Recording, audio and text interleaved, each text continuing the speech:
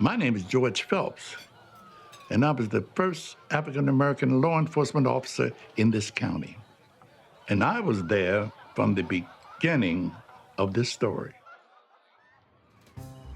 You see, Pip and Zastrow Sims, they were just like brothers. And since the day they met, they had never been apart.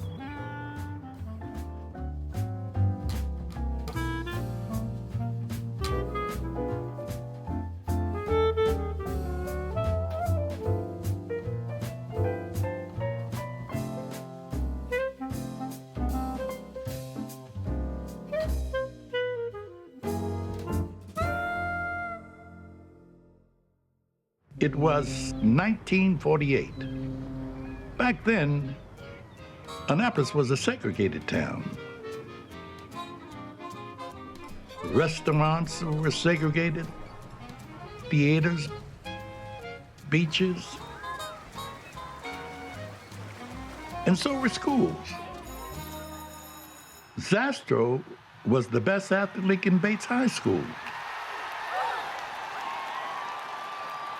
I got my nickname from a midshipman down at the Naval Academy. Zastrow could play almost any sport, but he might have been one of the best football players ever to come out of the city of Annapolis. And Pip was the best athlete in Annapolis High. I was fat and pudgy as a boy. So I had older cousins who were good athletes, and they made me train. They started out calling me Pipsqueak, and then it shortened to Pip. It stuck with me. I heard of this great white hope out at Annapolis High. Pip had this famous hook shot, and I just had to see him. First time I remember seeing Zastrow Sims, there was a softball game on between two black teams. And I saw this, looked like a younger guy than most of them, but he hit the ball and hit it so far it went overboard. Must have hit a softball about 300 feet, which is a long hit for a softball. And we got to talking to each other and kidding around. It just one of those things we just clicked. Well, some people took issue with Pip and Zastrow being friends, but that never bothered them at all. My mother was a native here. Her parents were the first Irish settlers on Eastport Peninsula, here in this section of Annapolis. It was an old waterman's town, surrounded on three sides by water. It's almost an island. It was a neighborhood, and we either related or knew everybody on the peninsula. About 1,200 families over here, all blue-collar or working people or watermen. And the black and white people work side by side here. And because they face nature, making their living every day, out on the water, oystering and crabbing, fishing, the color of the person's skin didn't mean on the size of their shoes.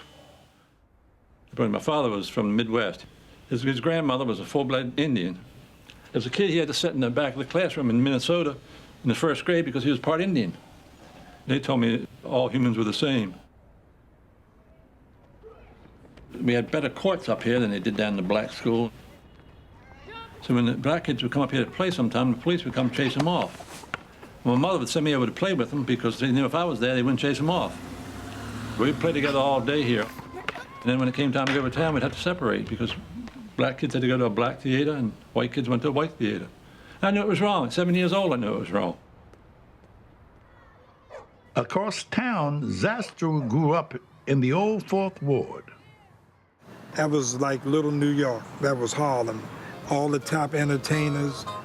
Pearl Bailey got her start right up the street at the Washington Hotel. The people from D.C. and Baltimore, they all came down to hit these hot spots. The fishnet stockings, the high heel shoes, the little bustles and all that. It's like a fashion show. Everybody's house was like a big country buffet. My mother specialized in waffles and kidney stew.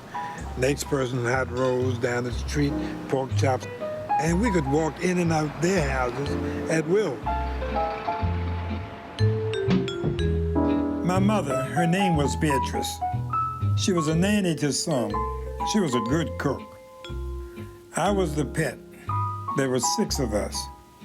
3 chocolates and 3 vanillas. All of us had different fathers, but my father was the one they all called Daddy. So in those days, life was great here. It was a much more vibrant community, but that community didn't exist in a vacuum. We had a segregated society. They would have such great singers come through. They still came through a poverty-stricken community that had many, many social problems. People who lived within the confines of that community, the opportunities there were so limited.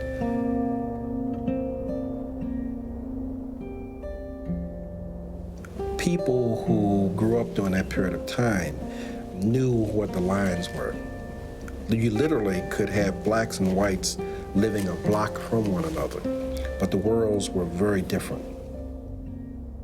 You know, the fact that you were black and white, because that city dock, they had restrooms marked colored and white. And yet this place was the capital of the United States at one time. In 1953, Pip got a basketball scholarship and left Annapolis for Baltimore University. 4 years later, he was drafted into the Army. I was at Fort Dix. I was fortunate enough to make the basketball team, and they were defending All-Army champs. Our first 5 players were all under contract to the NBA or to the Harlem Globetrotters. A little bit like brothers traveling around together. And before we left Fort Dix in 1959, early 1959, we all vowed, after spending a year and a half, 2 years together, that we'd fight this racial prejudice wherever we went in the country. Back in Annapolis, Zastrow was living a little different lifestyle.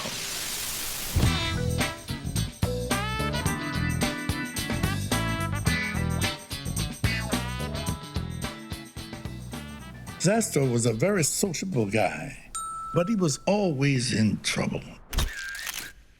Every time you turned around, he was into something.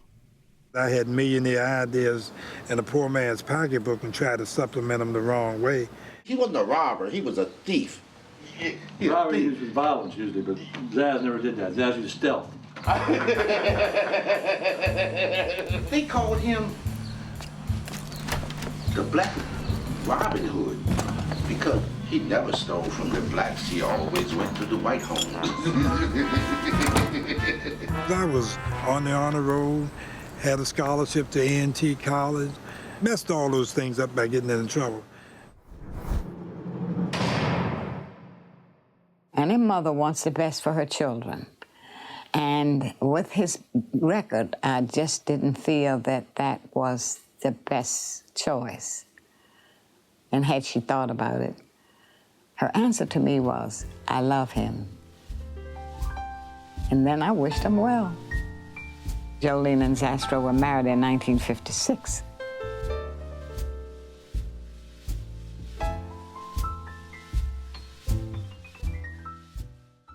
She really gave me a chance. Because I tell you, a guy go to prison and come home and got somewhere to go, no extra chum, he is a blessed man. He come out, you know, guys in prison, that mentality, they get stupid. They get stuck on stupid. When I came back out of the service, I had to play at Fort Dix for 2 years. We decided to have an integrated basketball team here in town. Early on, we had an all-black team. We started off with mostly former high school basketball players. I played with them for a while until I started taking my vacations. As competition became a little more fierce, then we wanted to get better basketball players, so we really started recruiting. And of course, everybody knew about Pip Moyer. Our coach, Smokey, Norman Johnson, told me about this white fellow. And we had tryouts, and I was the only white boy that made it. He wasn't fast. He was not quite slow as molasses. He was just a step above that. But he always could get into position to get that pass and make the crucial shots and what have you. Oh, my mother would get called when a picture was in the paper, me and 10 black men on a basketball team. Pip lost his mind? What do you mean lost his mind? You got a picture in the paper with all black guys around because they used the N-word. She said, what's wrong with that? They're the best basketball players in the town. He said, Pip's one of them. While he was playing there, he was coaching St. Mary's, too. He was my phys ed teacher, mentor. He was pretty strict as a coach, but at the same time, he was respected because he was such a great teacher and had such a great love for each and every one of his kids. It was never a night to go over to his house when he had 5 or 6 kids sitting on the floor. They didn't have a place to go home and sleep. They would sleep right in Pip Moyer's living room floor. As a matter of fact, Pip brought his team up to the prison to play. But the first time we went up, I see my old friend Zaz there. It was pure detention center type prison. It'd scare you straight.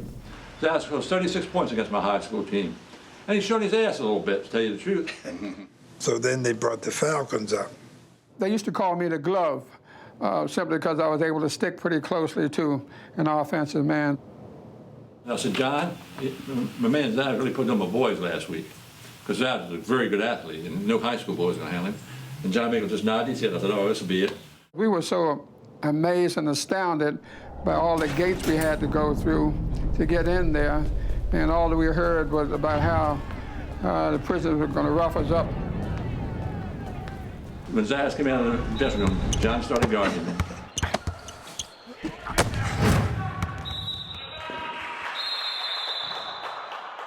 Zaz got a few points that night, but he had to work for everything he got. And nobody was surprised when that lanky young Pip Moyer went into politics. He was a people person, and he got along with just about everybody. And in 1965, he became the youngest mayor ever elected in Annapolis. But he didn't do it alone. All of this area in here was black, all down Clay Street, and that was the biggest block of votes. If you got that block of votes, you won the election. And Pip was smart enough and wise enough to know that we knew the people in the community. We go and knock on the doors and everything. All the black people voted solidly. Usually one way, all the black people voted for Pip Moyer. Wherever he went, people were just happy to say, hi, Pip. Football games, basketball, you name it. Pip was there. Pip Moyer was one of the finest hands-on mayors that I have ever seen. But there were people that felt that Pip Moyer was the wrong man.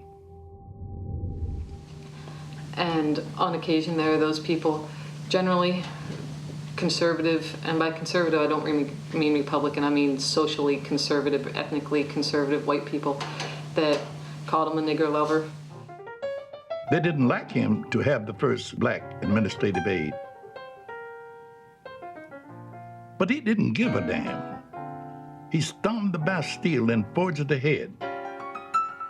Joyce stayed there and did an outstanding job. Then there was his family. His wife Ellen was always at his side. And there were 5 little Moyers too. She has said to me that the happiest times of their marriage for her is when she felt like they were really working together. She really admired his community commitment. She really enjoyed being First Lady and really enjoyed the times where she felt appreciated and felt active and like they could, as partners, were accomplishing something. As a kid, people would come up on the street, go, hey, I know your father. You know, this is as an 8-year-old, 10-year-old. Hey, I know your father, man. He's a good man. He helped me out. He did this and this. Tell him I said hi, that kind of thing. You know, that's been there forever. While Pip was busy running the city, Zastrow was in and out of jail. And when he was out, he really enjoyed his freedom. That's what I remember about my dad, was he was always well-dressed, and he always smelled good, and he always had girlfriends, lots of them. Back in the day, Zas was like one of a kind. He really was one of a kind. He knocked you off your feet. Everybody loved Zastrow. Zastrow and could he dance? I guarantee he had moves that Michael Jackson wish he knew. I think when Zastrow got on the dance floor, they replaced a brand new tile floor in that, I'll never forget, Dixie Hotel. They had a brand new floor in the place, and we were playing on the bandstand, and Zastrow got there, and I tell you, the next morning they had to replace 4 of the tiles on the floor. He burnt the tiles right off the floor. I had to keep him in line every once in a while. You see, I was chief of security at the famous Cars Beach, where thousands of African Americans could come to Annapolis and see the top entertainment of the day. Welcome to Cars Beach.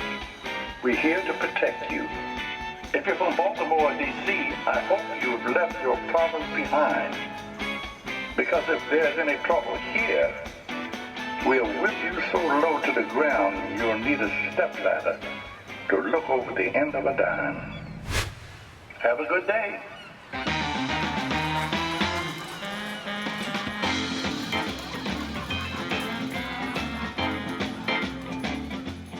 We were Maryland's #1 rock and roll band, because when they said the Van Dykes, it was like saying James Brown or Otis Redding. It was a gas, because those days they had the best thing going. As far as the white beaches, they didn't have much going. The black beaches, and I say the black beaches, cars and sparrows, boy, they drew from New York, New Jersey by the busloads. People were out there shaking the tail feather. I mean, they were getting down. I mean, there's Ray Charles down at that day, and we had a ball. They had an all-black police force, and you needed protection from them. He was giving one of the officers a hard time. The guy said, okay, you two are making too much noise on the beach. Here you got Ray Charles, Ferris wheel, slot machines, and then he pulled his club out, and they had a place where they'd lock you up until after the beach closed, which was filthy. Yeah. And I wasn't going in. I said, I'm not going in there. He said, oh yeah, you're going in there. So they called George Phelps. And I came along and we were going to jack him up. And he used to have a famous saying, blood will flow like water. And I said, well, it just have to flow then. He said, oh, you're being smart today. How's that? Pip Moyer and Joseph Alton, our county executive, happened to come on the scene. George Phelps, great friend of Joe Alton and Pip. Hey, Pip, how you doing? He said, what's up, my man's ass? So George, he said, hit me on the leg. All right, get your ass on up there. Don't get me in any more trouble. And we laugh about that thing now, but I mean, if Pip and Joe Alton don't come in there, boy, we'd been in that lock-up place, I tell you. Pip was able to save Zass that day, but it wasn't long before that rascal found himself back in prison. From prison, he'd write me notes and stuff, letters, and we stayed very close. We'd call each other about once a week. He used to always tell me no matter how much time he'd spent in jail or what the conditions were. He didn't want to be in jail when his mother passed away. Well, Ellen and I were getting ready to go on vacation. We were all packed and leaving the house. And Peggy Kimbrough came to me. She said, Miss B died. Well, that broke me down because Zazz's mother and I had become great friends. So I said, well, we've got to get towards Zazz. Peggy and I got in the car, and I told Ellen to go on a vacation. I'd fly out and meet him. And so we went up to Patuxent, and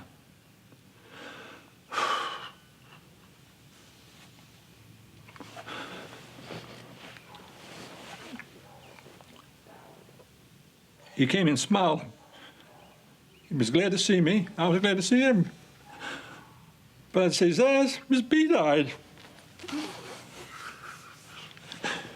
He started crying, I started crying, we were hugging each other. Man, it really hit me like a ton of bricks because, I said, then I start going through all the changes right there. I said, well, I don't want to come home to my mother's funeral because I know they're going to have me, chained and shackled and everything like that. But we got him out. And they granted me 16 hours of complete freedom. Pip could have lost his job if I had done something stupid. And he came home for his mother's funeral. And I went down to the funeral parlor, looked at my mother, and I said, if this is the only respect that I can show you to come home like this, I'm giving this up.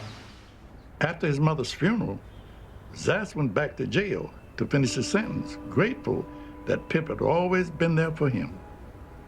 But several months later, a devastating event would turn the tables, and it would be Zastrow who would come to the rescue. Martin Luther King was shot and was killed tonight in Memphis.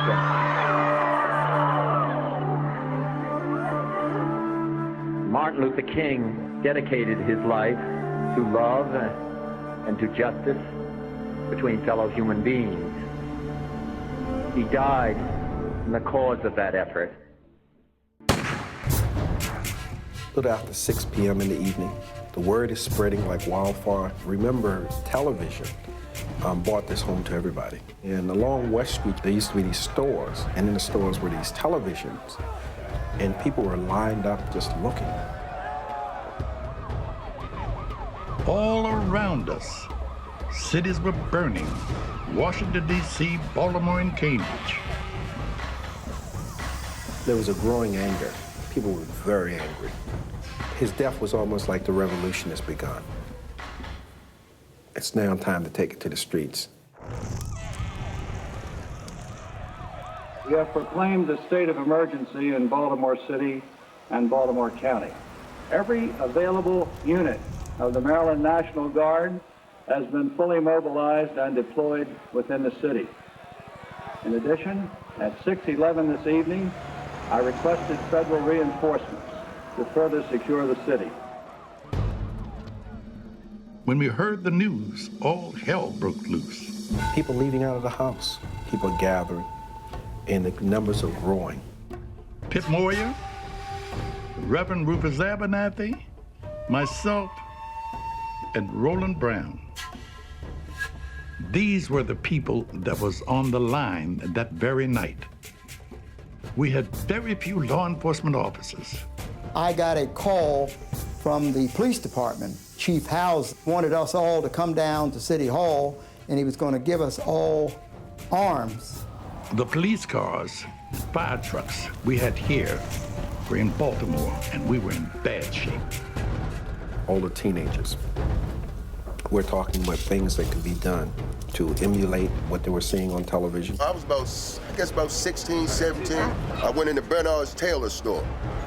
We broke in there, I took the mannequin and everything out the window. Doc Richmond had a sign on his door. Say, I'm a soul brother, but we broke in his place too. Pip was so upset, he didn't know what to do. It was bedlam. Whites were nowhere to be seen. Things were reaching this boiling point. I was in Maryland State Penitentiary. You could see the flame from your cells, and the guard that was on said, man, it's rough out there. And I said, get in touch with Pip. Our minds were working the same way. He was calling the penitentiary to talk to me of what to do. And I told him, guys, to see where to go. Pip wasted no time taking Zastrow's advice. He said, George, we've got to mobilize the troops. And then I brought in all the special deputies, and they were all black. Our men was being sworn in as city law enforcement officers. I knew Pip well, and he called me and he said, Bob, this is Pip. I need your help. I think the city is about ready to explode. I'm going down to the 4th Ward and see if I can calm things down. I said, well, who are you going with? He said, you. Pip got right down in the middle of the 4th Ward. It was 10 o'clock at night. They weren't real happy to see me. They were less hostile toward Pip, but even toward Pip, there was some hostility. So this is how your friends are going to treat us. And, well, what do you have to say now, Pip? And whose side are you on now? In the meantime, there was 100 and so young men that marched from West Street down to the city dock. What they were going to do in Annapolis was something they didn't do anywhere else. They were going to rebel against the government by destroying government buildings. They were raising hell, and they were going to do this, that, and the other, and they were going to throw me overboard. I had a hand grenade, and it was a dummy hand grenade. And I told them I would blow up everybody, me and everybody else. Some guys said, don't mess with him, because he's crazy, and he'll do it. So I took a long shot. I told this 100-some guys that I could set up something where you can speak on the radio. See, they wanted the voices to be heard. I said, Pip, why are we doing this? He said, Bob, I can talk to the people one at a time, but you can talk to the whole city, because you write for the newspaper. So Pip was walking through the 4th Ward, and he would just say, let's talk, come on. And he was having a little fun with them, breaking the tension a little bit. And then I saw Pip do his Moyer magic. He would gather them around and say, let's keep the cool. We gotta be here for each other. This whole thing can blow apart. And he listened to them. And he listened to their anger. He listened to a couple of them crying. And he put his arm around a couple. And he would say things like, I hear you, brother. You're right to be angry. I'm angry too. He said, we gotta find a way to make that anger work for us, not against us. Trust me. We'll take this down to City Hall. We'll make some changes right here in this town. You watch, you'll see it. Talked the way through the whole night. We were out there till about 1 or 2 in the morning. And the next day, we were walking up the street and trying to keep calm. So Pip said, George, what do you think if I get Zastrow out of prison? I said, how in the hell you going to get him out of prison, Pip? Senator Tidings held a meeting in his office to see what we could do about the riots in the state. The head of the state police said, Mayor, what the hell are you doing different in Annapolis than we're doing in the rest of the state? I said, well, I got a guy that's in prison. Writes me a little note every day, sends it down by one of the guards that live in Annapolis. Telling me what to do, who to see, who to talk to. So my guy, let's get him out. And the chief of police came up to the penitentiary and said, you're being released. So we got Zaz out on furlough. And Pip and I walked the streets. We'd catch a nap during the day and be back on the streets at night. All these guys had assembled down at WANN radio station. Morris Broom set up a special radio program, and each one had a chance to speak. I certainly was one of the ones that went down to the radio station, had expressed my point of view. They were going over the airways, Washington, Baltimore, everywhere that station would go. It's time to take back leadership in the black community. We must organize. We must lead We a must revolution. come together as a people. Brown, if America don't come around, we're going to burn it down. They weren't thrown in jail. They were recognized. One night, a young fellow was following us around, harassing us. And said, there's that nigger-loving white mayor, and there's his Uncle Tom, with him and talking with me. And the guy said, Pip Moyer, I'll burn your house down. Zaz turned around to him. He says, we're not like you, you're not like us. We can't please you, you can't please us. Leave us alone. And coming from the fellow was F-U-N, I'll burn your house down too. I hit that guy to the other side of the street. And all I heard was like a busting of a ripe watermelon. It was a one-shot KO. So that was one way to solve an issue, but the two friends had another idea. Pip Moyer and Zastrow walked out directly over to Clay Street, and they opened up St. Augustine Church, and they had a couple bands over there.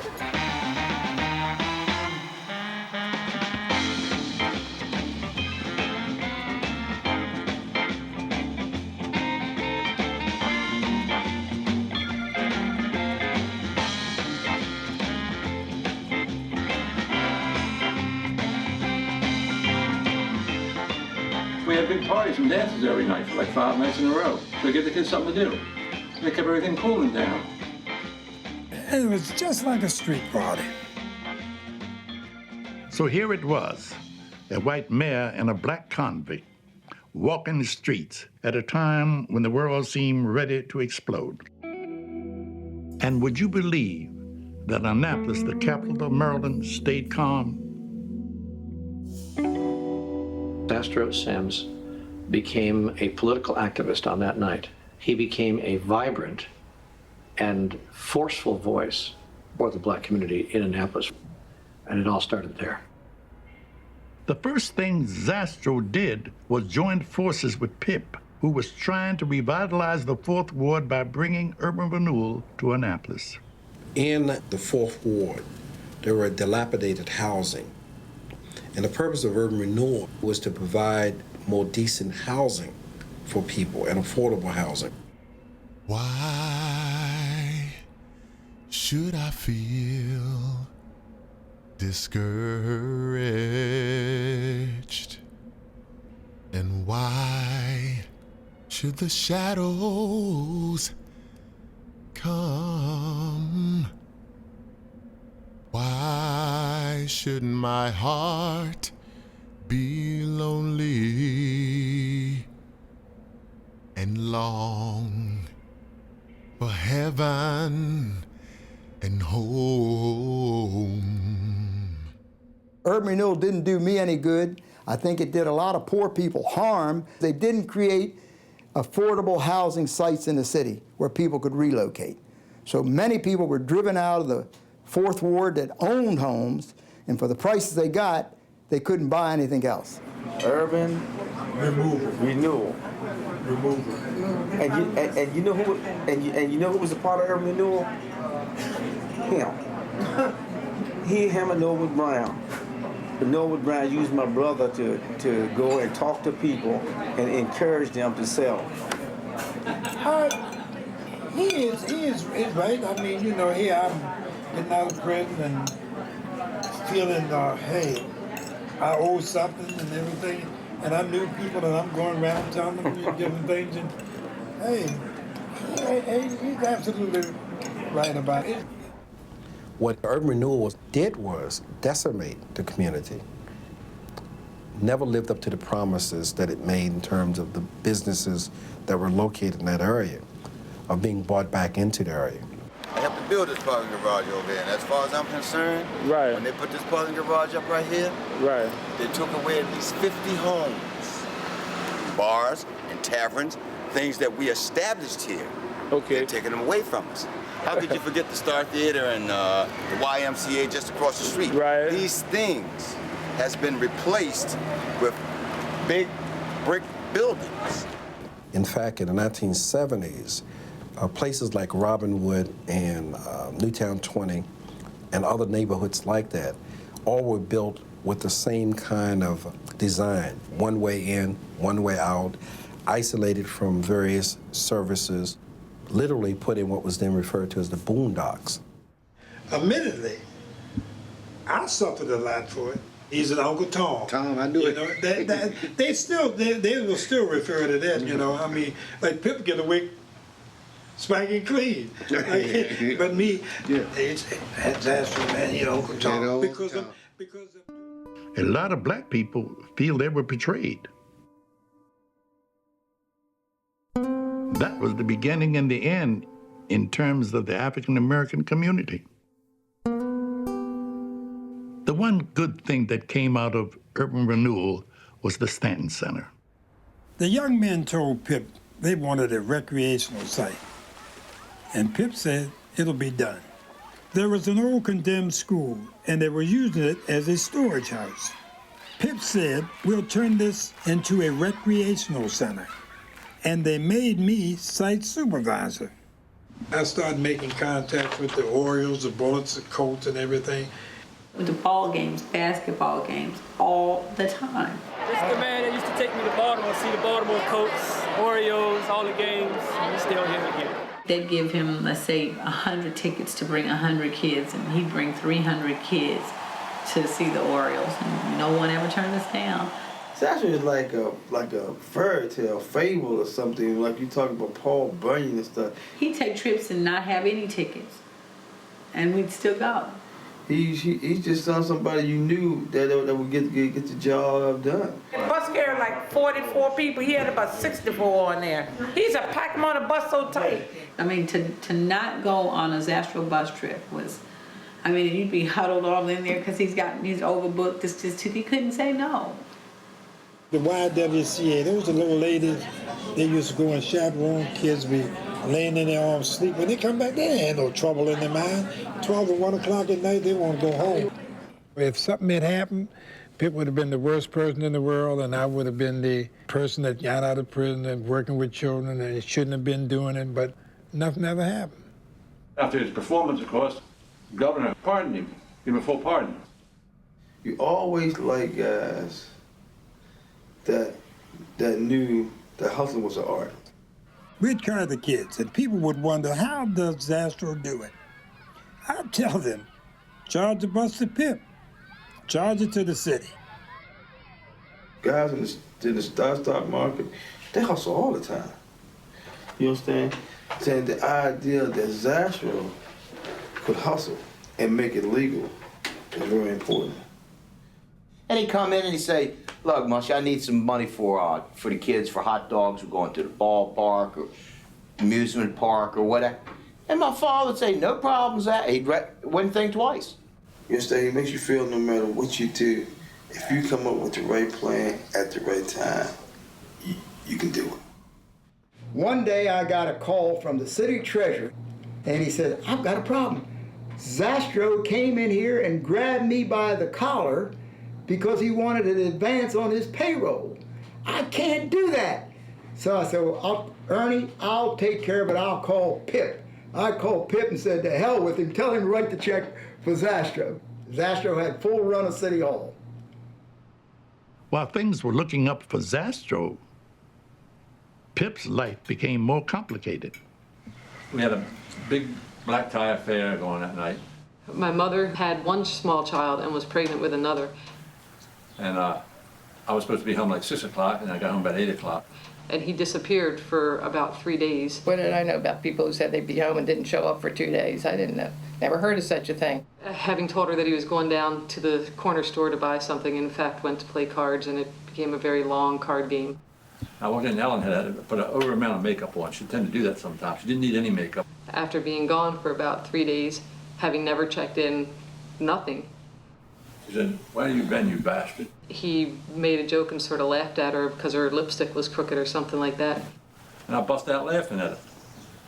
And what he didn't see was that she had one of the old Electrolux vacuum cleaner pipes, the kind of metal ones, kind of down by her side. She picked up a vacuum cleaner pipe and she whacked him. Where have you been? Doom. Blood and pulp flew up against the wall. Down there with blood streaming down my face. It didn't hurt, but it was ugly looking because it took 6 stitches. I just went down and I had to come over to the store. I said I was playing basketball and caught an elbow. He didn't like to vacuum clean, I can tell you that. But Ellen's temper would get her like that. I was an abused husband. Maybe I deserved it, but I was an abused husband. He can talk all he wants about being an abused spouse, but he did smack my mother. In fact, he punched her dead in the face and knocked her out one time. And both my brother Bumper and I were there to witness that. It was violent to the point that at the age of 6 or 7 years old, when I'm aware that a divorce is about to take place, I distinctly remember being happy about it, because then there might be some sanity in my kid's world. I just wanted to play. I didn't want to wake up to screaming. I didn't want to see blood. I didn't want to see fist fights and all the other stuff that goes with a violent relationship, like my parents had. I can never rationalize or justify them not hiding this from their kids.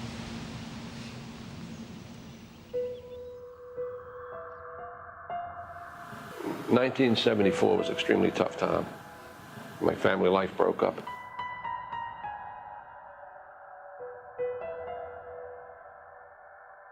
And there was a big scandal going on in Maryland politics. The game of politics was played quite differently. You took favors. You understood that you did get envelopes of money for your campaign. The pay was never good, and so it was understood that campaign money also sort of made it possible for the elected official to be an elected official. And only later did the tide change, and I think Joe Alton, and to some lesser degree Pip, were caught up in that shifting tide of public morality. One friend after another was being indicted and sent away.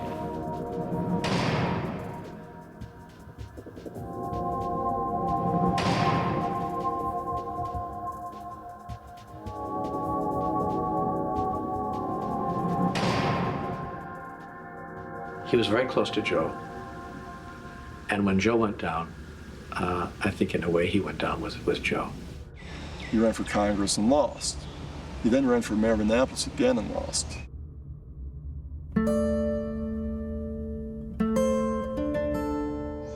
And that sent him into depression. He moved back to his mom's house. He got a room up in the attic, and the only window was a big air conditioner put in, so there's no light. And so with the cold air conditioning blast in, he would sleep up there, and sleep up there, and sleep up there, and sleep up there, and sleep up there. And then a lot of people will say, hey, that's the end of Zastrow during that time too, because we were disconnected. But somehow, in his darkest moments, he always reached out and wanted to know how I was doing. I was on a roll. I was the director of the Stanton Center. Don King came to the Stanton Center. Sugar Ray Leonard. This wouldn't have been done without Pip. And I wasn't going to let him be down. If I got tickets for the Colt football games and he wanted to go, I had them for him. And anything that I could help. Because I tell you, what he did for me, I could never pay him back.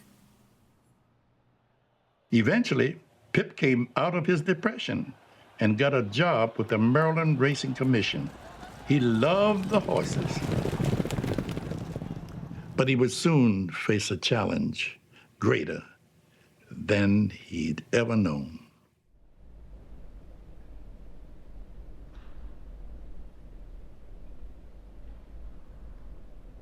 I don't know that he was completely surprised. I think he felt the onset, but I know the rest of us were awful surprised. Our grandmother on my mother's side had Parkinson's as well. So we all had the memory of her being very shaky and very decrepit with it. And he was not at all like that. By 2003, Pip had become a candidate to receive a groundbreaking treatment for Parkinson's disease.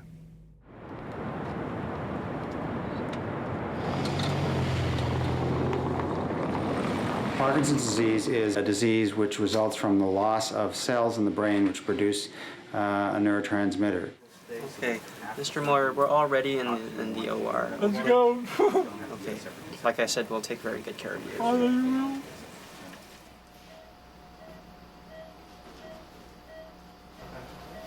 The electrode comes out of the skull here, and then it runs down behind the ear and down the neck, and there's a battery and electronics to produce pulses located beneath the collarbone.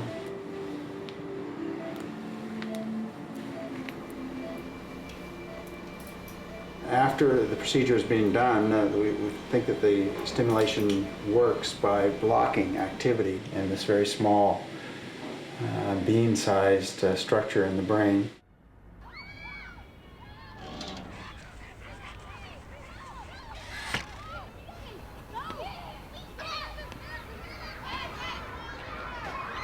Pip, you going to the doctor today? What's going to happen? Well, so let's see the results when we get there. They have to turn my apparatus on. I have my electronic impulses implanted. It goes up to my brain, and I have to turn the electricity on the batteries. I'm having a lot of trouble with Parkinson's disease right now. Affecting my speech and my walking a lot. I got high hopes and I've got a lot of confidence that things will work out good.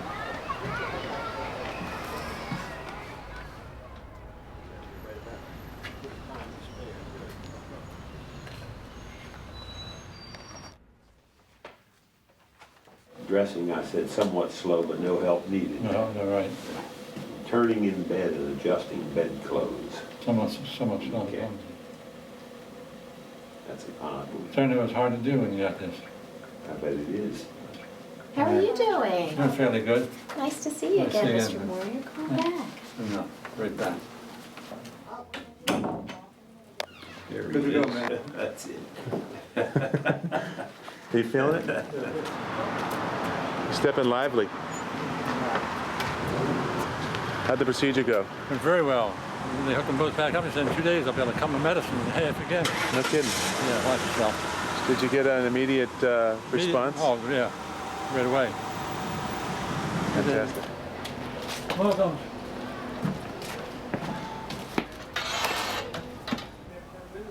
I just came in. How you feel, Pep? Fantastic. They turned the boat back on like a new man. Can you? How's your step? Oh yeah, that's good. Look at that. Now, you don't have to do any laps now. That's good enough. Easy. Joe? Pip? Feel like a new man. But they cut my medicine in half again, so I only taken a quarter of what I once took. I could run and jump and everything I want to do now. They do that much with this electricity. What do you think it'll be when they start getting these cell transplants? I can think better, I can move better, and everything. It astounds me. Anybody's got Parkinson's disease, you do it. I'm telling you, even if this give you 1 week, at least you'd have a week of good life.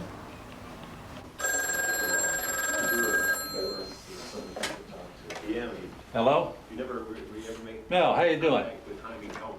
new procedure was nothing short of miraculous. He was active still, but Parkinson's had really impacted him. And it also had impacted his stature. He was, he's a tall guy, but he was sort of hunched over and had looked frail. And when he came home from the doctors, the day they activated it, it was just like a plant that had gotten water. He just was up straight in his full 6'3", 6'4" self and jumping around and showing off, running up the porch steps. It was very impressive. And this is not a cure, but it's a treatment that takes all the unpleasantness out. I button my shirt and see I button the shirt for the first time. You look at that. And I can button the shirt, I can brush my teeth, I can shave. I never did a thing unless I put the ottoman first. As soon as Pip got better, he stepped right back into politics.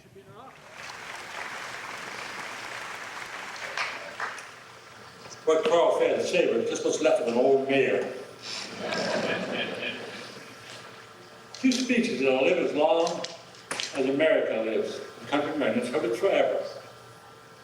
Lincoln's Gettysburg Address, and Dr. Martin Luther King's I Have a Dream. There's always people with the minds of the Ku Klux Klan around who like to break up what's happening in America today, the good parts of it. Let's all keep fighting, brothers and sisters, and fight for an even playing field. Thank you.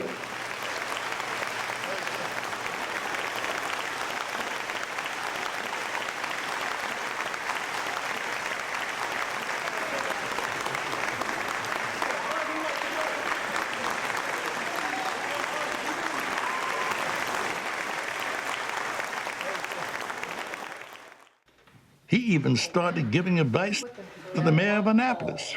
Summer camps planned for the housing authority? We always had them when I was there, but we always had buses going. I'm not criticizing anybody, but it's all been cut out. And the thing is, they said, well, HUD did it. Well, you take on HUD. You go to your senators and your congressmen and go after them. But this particular mayor had already heard a lot from Pip Moyer. He advises, sometimes I'd like to turn the battery off, but for the most part, his counsel is very good. And he's got a lot of experience and a lot of experience and a lot of wisdom. So, it would not be wise if I didn't listen to what advice he has to give.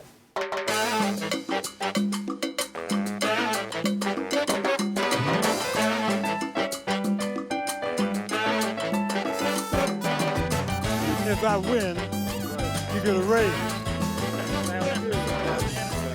Retirement and everything.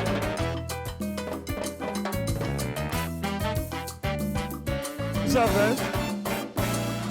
You gonna win this or what? We'll try. Pip isn't in the best of health, and that bothers me because I know he would be right here with me. And being from the old school, you know, when God lays that on you, he has something else in store for you. So it's not the end of Pip Moyer. All right.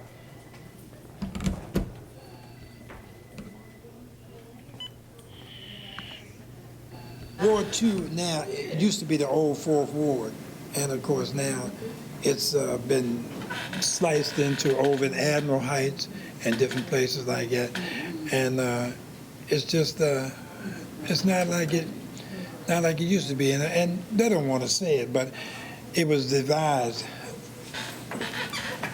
I get it. It was like they never wanted blacks to control an election, and that's why you had places like Robinwood, Bywater, and all that. See, because all those people were in this ward up here. The fact that you're running in Ward 1 or Ward 2, all of them are majority white wards. That was my next question. But there's a way of reaching out, and here's what I was going to suggest to people who run in these majority white wards. As much as I would like to go door to door in Admiral Heights, it's physically impossible. But however, if memory served me correctly, I remember a man that won 4 terms, would have won 4 terms from a wheelchair. Right. And so nothing is impossible. That's right. Another thing too is Josh. I'm not comparing myself with Franklin Delano, but you know. But Josh Cornett said for the candidates in these uncontested Democratic wards, go door to door. I'd take him up on that because having, and what I'm gonna say may sound crazy, but Believe me, I know what I'm talking about. It's amazing what white people knocking on doors, talking to other white people about a black candidate will do for you as a candidate. And here's the shocker for some of you. You will also be shocked to know having a white person knock on a black person's door on your behalf will do great for you. Because some of us believe that if the white person says you're all right, you're all right. Now I can vote for you. Is that right, George? Pip would have loved to be out campaigning with Zastrow, but the miraculous result of his surgery was more short-lived than anyone had hoped. An old saying, not where we are now, but how far we come. You've come a long ways, Zaz. And the most beautiful part about it, I was there for you, and now you're here for me, so we see what happens. What happens is right. I think when the people realize what you've accomplished in your life and how much good you've done, I think you'll win. I was sad that he had come down with this Parkinson disease, but then I look at the bright side of it. There's another gentleman that has Parkinson's disease, and he's also the greatest, just like Pip, and that's Muhammad Ali.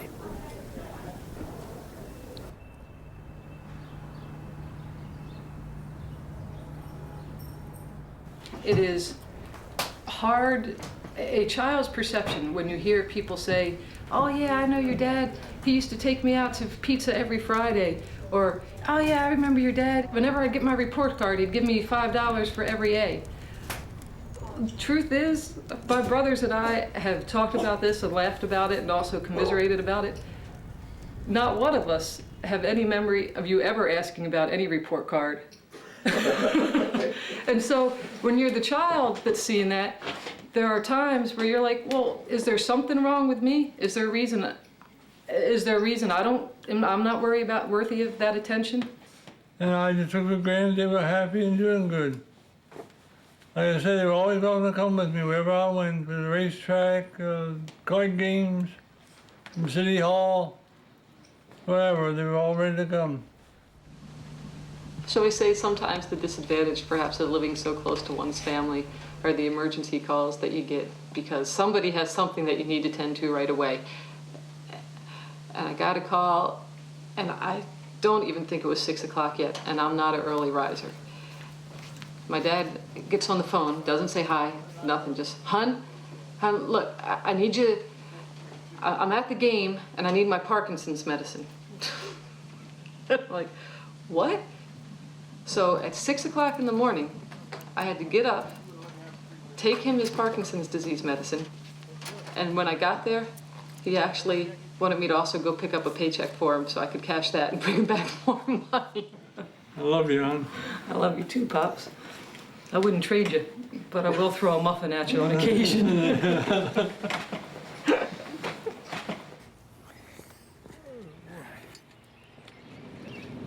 So it's been about 25 years since I've been to an accident. Remember that Will Connie taking you back to the bus station? Yeah.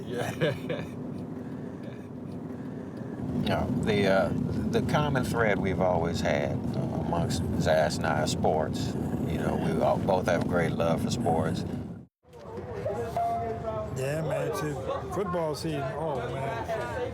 Everybody in the world know I'm a Cowboy fan. I'm not going to lie and say that feelings weren't hurt. I mean, I'd be lying if I didn't admit that.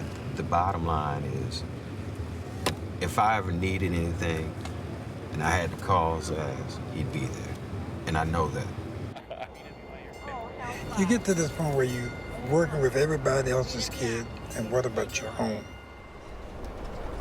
It's just, you know, I keep beating myself, which I shouldn't, because what has happened is happening. Like I say, I can't put 31 years into 30 days, but he's here, we're making the best of it, and we go on from here. And I'm just glad. Talk to you later, man. Okay, man. All right. All right.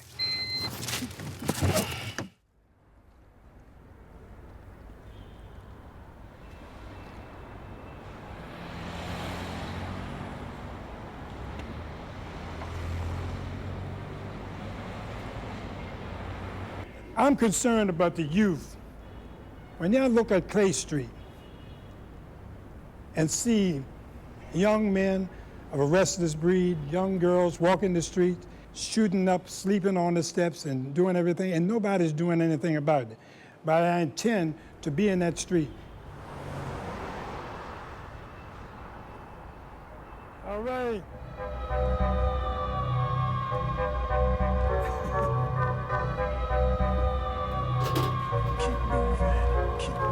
Just another day in that town.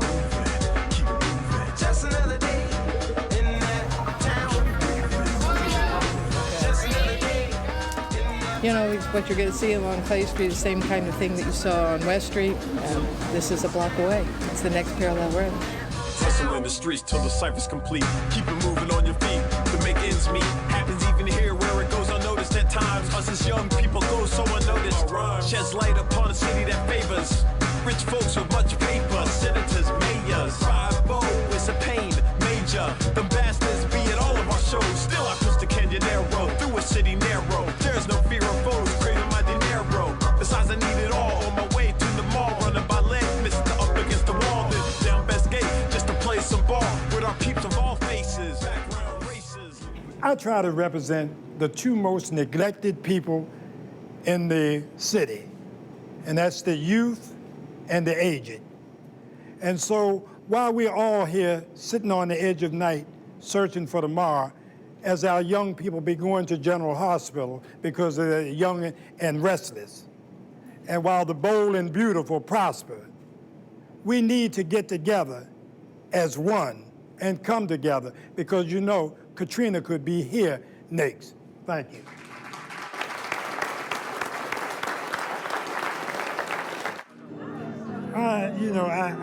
I don't want to be like everybody else cashing in on Katrina, but Katrina lifted it, showed them what was happening. Nobody believed that it was that kind of poverty in New Orleans, and nobody believes that it's here, but it's here.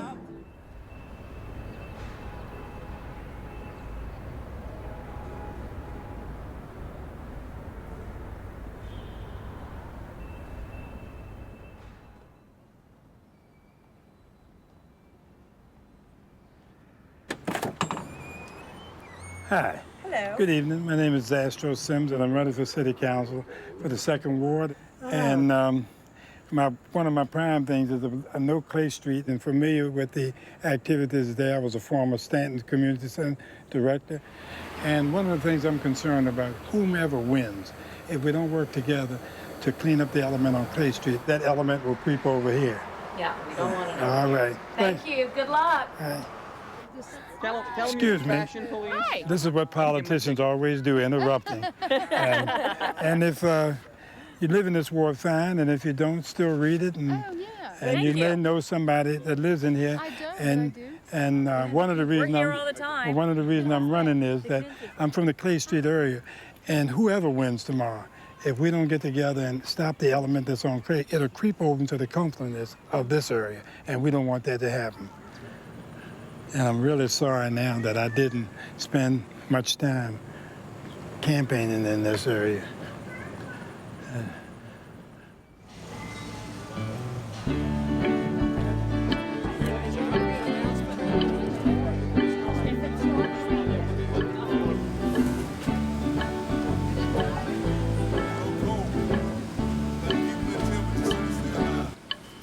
I'm gonna get my bucket and a chicken neck, an old piece of string and a long pole net. I'm going down to Back Creek, I'm gonna get me some crabs. I'm going down to Back Creek, sit on a pier, dangle my line while I sip on a beer. I'm going down to Back Creek, I'm gonna Back Creek crab. If I can beat my opponent like I'm beating these crabs, it'll be all right.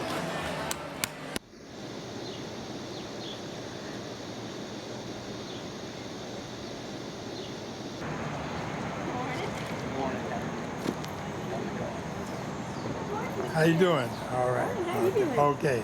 Okay. Hi. Good luck today. Come on, I got the van. We got to go back and get your voters over here. You know, from Glenwood. Yeah, anywhere you want, we go all day long. The van is for you. Okay. Neat, clean taxes.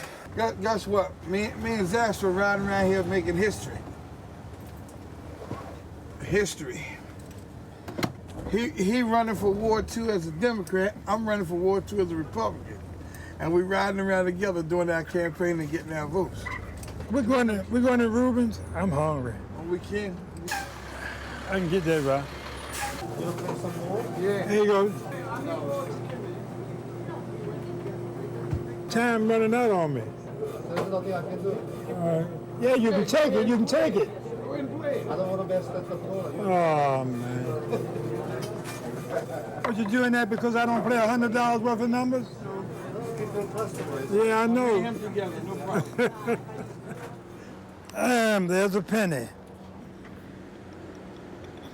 Face up. I tell you what, though. If folk ain't waking up now, they ain't gonna never wake up, Harsh. They don't see where we stand here in America today.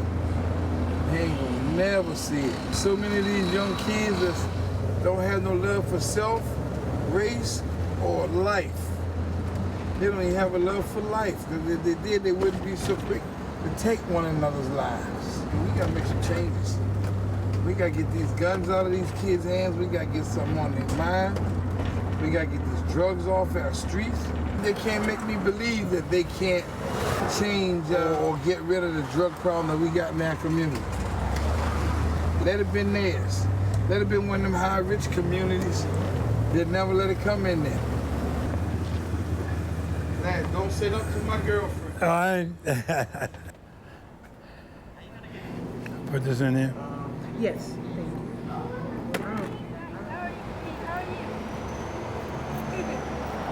Good morning. Any event you haven't made up your mind? Okay. Up high, up high. To the side. Down low. Oh. You got me. You got me. I pushed the right button. All right.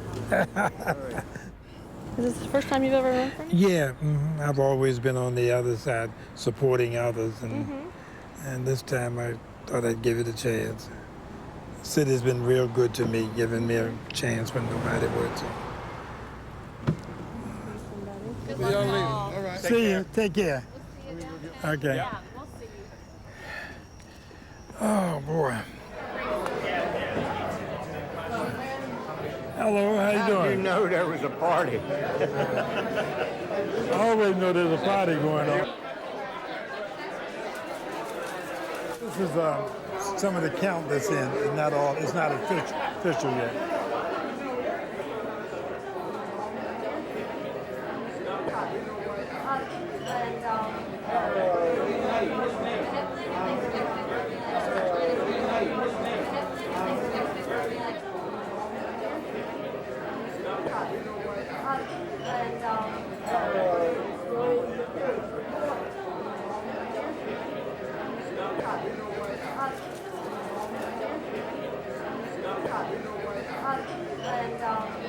Can you see? I can't really. It looks like Debbie won. Debbie did win, yeah. I'm sorry. That's okay, hey. You put up the good fight. Thank you.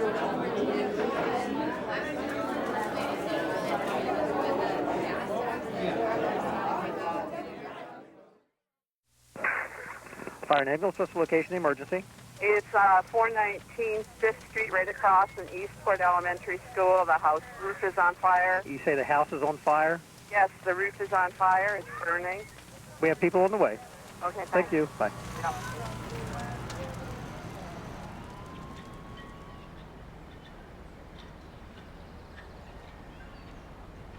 We really think that the chances are that piece of debris blew the chimney and caught the roof on fire. His father built it. He was born here, and I really think he expected to die here. So you got a month's supply of this stuff until the VA stuff comes through. All right? I just wanted to let you know that we're doing the walkthrough with the insurance people at 1. Jimmy's gonna be there, because I already don't feel like Nationwide is on our side. They're not. Although they're not nationwide, it's Erie, but nonetheless. Then I meet with planning and zoning at 3. The likelihood is that the overwhelming likelihood is we're going to have to demolish it. But before that happens, obviously, we'll take you back there again so you can order. I know. Why should I feel discouraged?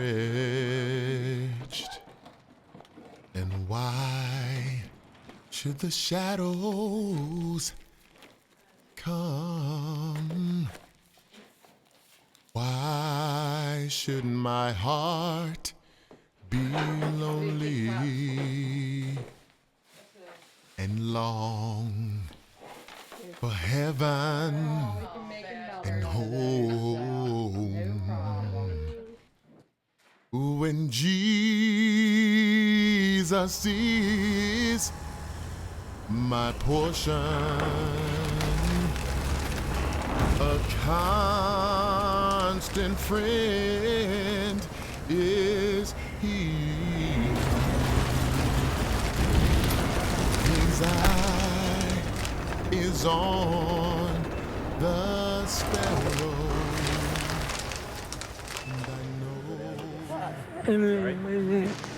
Wait a minute.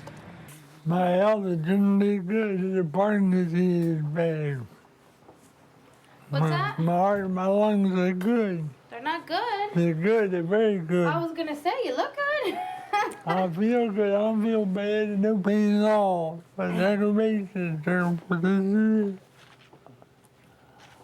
I know it's going around me, but I can't respond. They ran into that exam room for me. Yeah, well, I think your disease is advancing a bit. And I really think that we're going to want to come down on your medicine. You're not on that much medicine, and yet you're having these dyskinesias. 3 years I've had the... Yeah. Now, there's some things that the stimulators don't help. It doesn't help the speech, and it doesn't help the balance. One more time. Maintain your balance. I'm going to get the walker, okay? Hold on.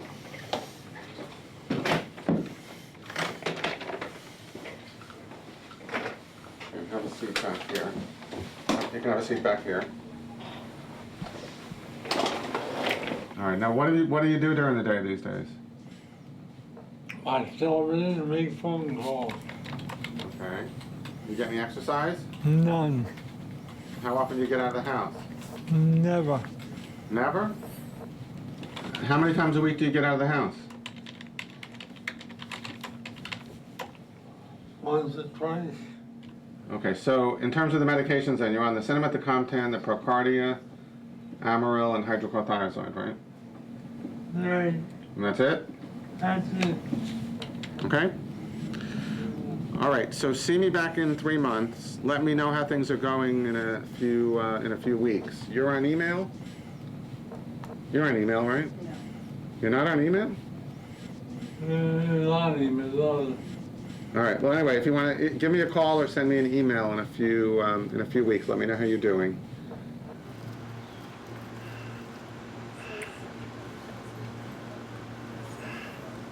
Pip, you gotta tell us what you want us to do, man. You need somebody around you, man, 24/7.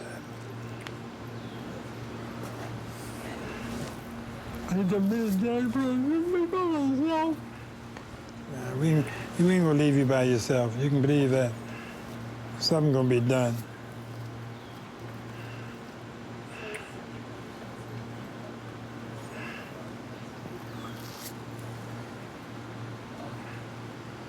Can you get it?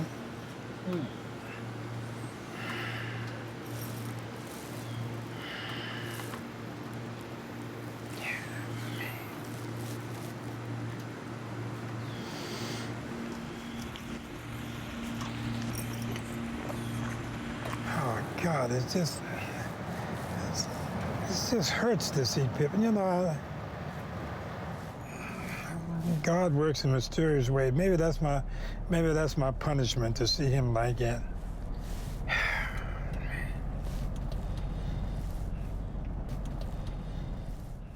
The complication of it is that the reality of my dad's health does not change the reality of each of our individual relationships with our father.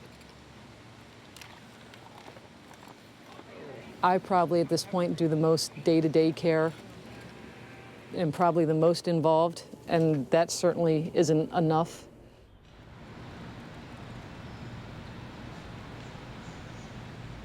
I do my best to offer what comfort I can, knowing that what I'm watching is my father's very slow death.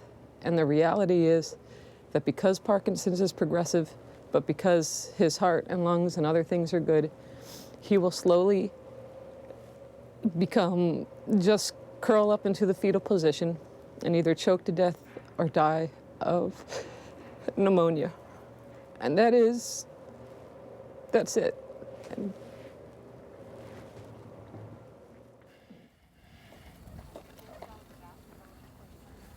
I just hate to see Pip in the condition that he is in now, as well as myself. Bring back memories? There's a ball over there. But that's life. Take the good with the bad. It's been a hell of a ride. Always a pleasure. I just love this man. We're Tony Curtis and Sidney Poitier.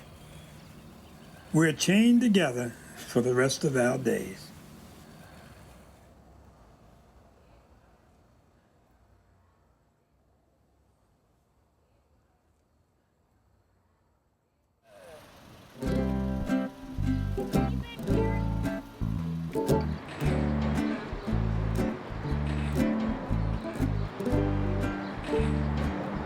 I want to welcome everybody to Truxton Park and the future site and home to the new Roger Pip Moyer Recreation Center of the City of Annapolis. They're flying high through the crystal shore. Pip Moyer, long before it was fashionable, believed that athletics and recreation brought people together. it is also athletics that in many ways brought my mother and father together. My dad was the big jock in his high school, and although they didn't meet till after college, my mother was Miss Jockette in her high school. And all that training had to have made an impression, because my father told me not long ago that to this day, my mother was the best built woman he'd ever seen. Your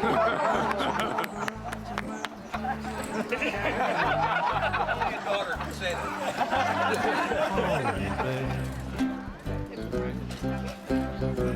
So meet me at the city dock and give us a hug. Then we'll shuffle off to Middleton's and chug us some rum. Grab a pot of steam and we can pick us a few. Well, I'll shuck the oysters if you make the stew. So come on, Captain, don't make me wait. It's no ill wind that blows us away to Annapolis. Good things don't come easy. And today is indeed a celebration to unveil a memorial to Dr. Martin Luther King, Jr. This sculpture is the first of its kind in the state of Maryland, and I'm so pleased, Senator, that we beat Washington. Right here is Fred Howell and the students. Let them remove that. The Martin Luther King Jr. Memorial.